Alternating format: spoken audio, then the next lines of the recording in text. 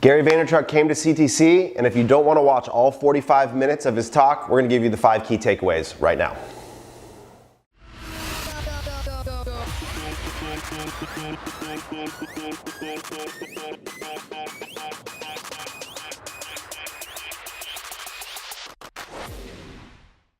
What's up, everybody? I'm sure you've seen some of our content talking about how we hosted a rad event here at our building with Gary Vaynerchuk, doing sort of a fireside chat with Jordan, and then a Q&A with the crowd. The full video is about 45 minutes. You can catch that on our website or through our social accounts. But if you don't have time to watch all 45 minutes of the live chat, of the conversation, I'm going to give you sort of the 5 key takeaways from the event. You know, Gary's a guy who's going to spit out a lot of information, so trying to sort of summarize it down into some key points can be challenging because there was so much good stuff in there, and I do recommend if you have time to watch it all. But if not, we wanted to give you 5 key takeaways, and Corey's even going to throw a little clips of his answers in here as we're going through these. But the first one I want to share was just the community that we had. This is sort of not even including Gary, but for me from the event was we're really encouraged by what we're starting to see develop in Orange County, our area, in terms of where we live, around just the community of entrepreneurs that we had. And at our event, we had about 150 people. I would say about half of those are either business owners or entrepreneurs or our clients. We had people fly in from Boston and from Ohio and from Seattle and all over the country for this event. And it was just cool to put all those people in the same room and see what's starting to develop around CTC and in this area. You know, I think a lot of times you think of places like LA and New York as hotbeds for entrepreneurs, San Francisco, but we're starting to develop a pretty rad community out here of people that are connected in the e-commerce world, and so that was just special to see. So big thank you to everybody that came out for that. The second thing, and this is the first question, it is actually the first question that Jordan asked Gary, was he sort of prefaced that we had a variety of entrepreneurs with businesses at 1 million, 5 million, 10 million, 20 million in size, and sort of asked him to give a piece of advice for each of those. You can see the question and answer right now. You know, in terms of giving advice, so we'll start with like somebody who's at 1 million, somebody who's at 10, and somebody who's at 50. Depending on where they're at, like what's a piece of advice you'd give to somebody who's at the early stage of 1 million, somebody's right in the middle, and then somebody who's really looking to scale? You know, I think, first of all, to really answer it honestly, and it's a little more heady, but it's the truth. If I was sitting with one of you right now for 5 minutes, I'd want to know, what are you trying to do? You know, like, you know, what you're trying to accomplish is just an unbelievably important part. I think we get caught up in going from 1 to 5 to 5 to 10 to 10 to 20. You know, you get so caught up in the game. It's like the biggest reason I think people are struggling with social media. Literally, people are pandering to a like on an Instagram post, not on necessarily what they're trying to do. So I think first and foremost, at a macro, you need to understand, are you actually building your business to sell it? Because then you may care about, you know, the EBITDA and how much profit you're making, and so that advice is important. VaynerMedia is going to do $170 million, and I'm not going to make a penny. Like, I'm trying to pour it all back in. Literally, we may make 0 profit this year, and it's because I don't want to sell it tomorrow, and I don't need the dividends from the profits in a year to change my lifestyle. So I mean this. It's really important. You have to know what you're doing and like why you're doing it. And by the way, you can change your mind. You could be sitting here and be like, I'm going to change the world, you know, great. And then if 2 years you want to buy an island, that's great. And everything in between. So first, what? I think for the people at 1, the most basic answer is, for the people at 1 in e-commerce, I always lean towards really auditing the math and understanding, have they really fundamentally gotten down to their DTC, CAC, LTV understandings. Like get great at math. The big difference to me of a $1 million e-commerce company and a $50 million e-commerce company is that at 1 million, there's still a lot of conversation to have about math, and at 50, it's time to really start talking about art. Because a lot of people have milked all their, you know, data math kind of levers, and the reason they're not seeing their numbers as good as they used to is they've squeezed where they've been efficient so much mathematically, they haven't taken the risks of making a $163,000 video, which will then drive down their math because they built brand. So the biggest thing I see between 1 and 50 is this kind of math art conversation that I'm passionate about. Vayner's mission, I think what has made me in a lot of ways as an entrepreneur and as a marketer is this unbelievable respect for both math and art. And I mean like 50-50. I mean like it's your two children. You love them the same kind of shit. And I see almost everybody else skew too far in one way or the other. It's awesome. So this is something that we talk about all the time, is that you have to start with the end in mind.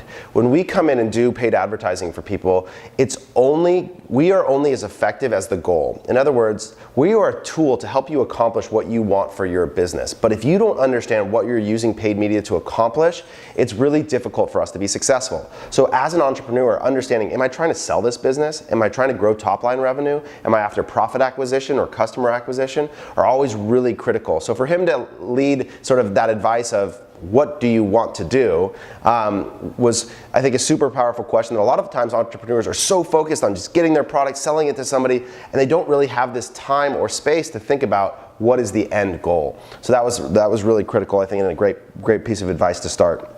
The second thing here was, you saw us talk a lot about the Cambridge Analytica stuff on content, and so Gary was asked the question, what do you think about the Cambridge Analytica scandal? A very specific question that we get regularly is around kind of the Cambridge Analytics Yes. Opinions on what's happening with Facebook. You want to talk about that a little bit? Non-event. What's that? It's a non-event. It's over. Nobody gives a fuck. Because in a macro, you don't care about shorter answer than mine. You guys don't care about privacy. You say you do, but your actions prove you don't.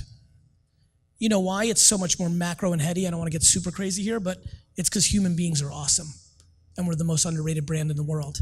The reason you don't care about privacy is for 99.99999% of you, nothing bad will ever happen if all of your shit's all over the place, always and forever. We have a massive misunderstanding of the human spirit and what's actually happening here. And so we're having very interesting conversations around technology, and we're fear-mongering it because it's exposing us. Super interesting times, Jordan, but it's a non-event. I never buy public stock. Outside of Amazon, I've literally almost bought nothing. All my stock is because I invested in so many companies pre-IPO and then owned it. It's why I have a portfolio. I bought a shitload of stock when Facebook went to 140 because I knew this was the last time this conversation was going to happen, so I might as well strike. It's a non-event. That's awesome. So non-event, simple answer, but pretty direct. And I think, he follows on to say that we don't care about privacy as much as we pretend to. And one of the good things about Gary is that he's a realist that's sort of able to sort through the noise related to the media. And his point was that 99.99999% of people will never experience a privacy breach, or at least one that affects their life in any negative way. And we're so hyper-focused on these giant negative news stories that proliferate the information. But the reality is most of our privacy and data is okay. And so it's a non-event, people have moved on and things are already growing, and he doubled down on his Facebook stock at 140. So that was cool. The third thing was he was asked about what kind of content you should be creating. Jordan asked, sort of preface that you create a lot of content. Gary, what are you focused on? Here's his answer. Shifting gears on the content side of things. So it's a big part of what we do in terms of content at all stages of the funnel, whether that's testimonial content at the top at the prospecting level or brand videos. Taking a big step back on the content side of things, you produce a lot for you personally, and you're on the brand side of things. What is the most relevant types of content to make? I think Facebook long-form video is the most interesting thing to make.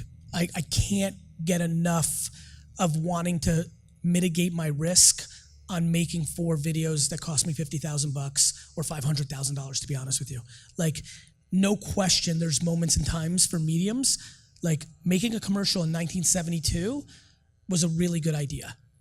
Everybody watched TV, everybody watched commercials. Making a Facebook video, especially if it's longer form and you can really drill it home, but longer, you're gonna have to make it better for the target audience. But if you can crush a minute 27-second video right now for your business on Facebook for real, the upside's enormous because the media's underpriced and then the virality can take over and you're getting awareness for free in theory or amortized down. I couldn't recommend enough for the people here that are mathematically and financially disciplined to take that $100,000 risk. The problem is sometimes you miss. And you spend $87,000 making a video, you spend $50,000 spending media against it, and it didn't do much more than something that you could have taken a picture on your phone and post, and you're like, fuck, why'd I do that? You do it because branding matters. You do it because Where's the Beef and Just Do It and the Dollar Shave Club video changed the trajectory of your career. You do it because I love football so much, because you have to throw the ball deep to get the defense to soften up a little bit. Like, you do it. You have to do it. And most people don't want to do it because they want to just, they're salespeople who are disguised as marketers. So Facebook long form video. This is something that we know is something that the traditional narrative has sort of been that to succeed on social, you need short form, sub 30 second, no one pays attention, et cetera, but something that we've seen over and over, and we've seen it with 10-minute product reviews or really great 2-minute videos, and he specifically called out sort of 60 to 120 seconds as this time frame where if you can get people to engage with this long form content, the value that you can offer at the cost that it takes to get those views is really disproportionately valuable. So that's something that I think a lot of people don't think about enough, is what does it look like to create long form, really informative content on Facebook? And one of the things that we often sort of think about with our clients is, where are you doing the selling? If your ad is this short form, maybe stop motion or static image ad, then you need to drive to a page where you're really doing some sales work and you're driving off landers and long form sales pages. Or you need to flip it, where at the top of the funnel, your video content or your ad is doing the sales work. It's longer form content that's educating, and then you're driving directly to a PDP. But thinking about that question of where does the sale happen is really critical, and long form video on Facebook is a great way to do that. So that was the fourth point. Let me just check my notes here. The final one was just this idea that Gary was asked, I don't know exactly the context of the question, but something about Facebook and Instagram in this moment in time and why it's so powerful, and he gave this piece of advice. So talk about cadence a little bit. How often? As often as you can afford it, when it's this moment. It's this moment, guys. Facebook CPMs are going to be $80, not $7. Like, everybody thinks they're a fucking genius here right now. It's going to go away. I saw you guys. It was 2002. It was called Google AdWords. It's gonna go away. And then you get real sad because you remember the good old days when we were in a fucking gym and it was nice outside.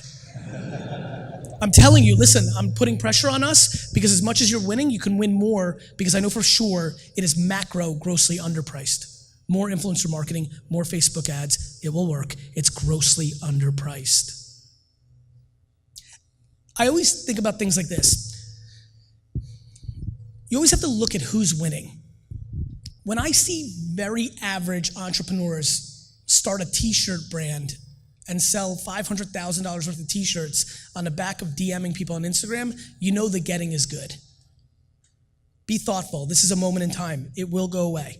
Because as soon as my clients fully get there, Pepsi, GE, Quaker, Kimberly-Clark, the NFL, like when they get there and they take that bullshit money that they're throwing away directly in the garbage on programmatic banner ads and on fucking television and on outdoor and sponsorship and dog shit after dog shit, and they take that money and they put it into Facebook, it's gonna get a lot harder getting in front of who you want to.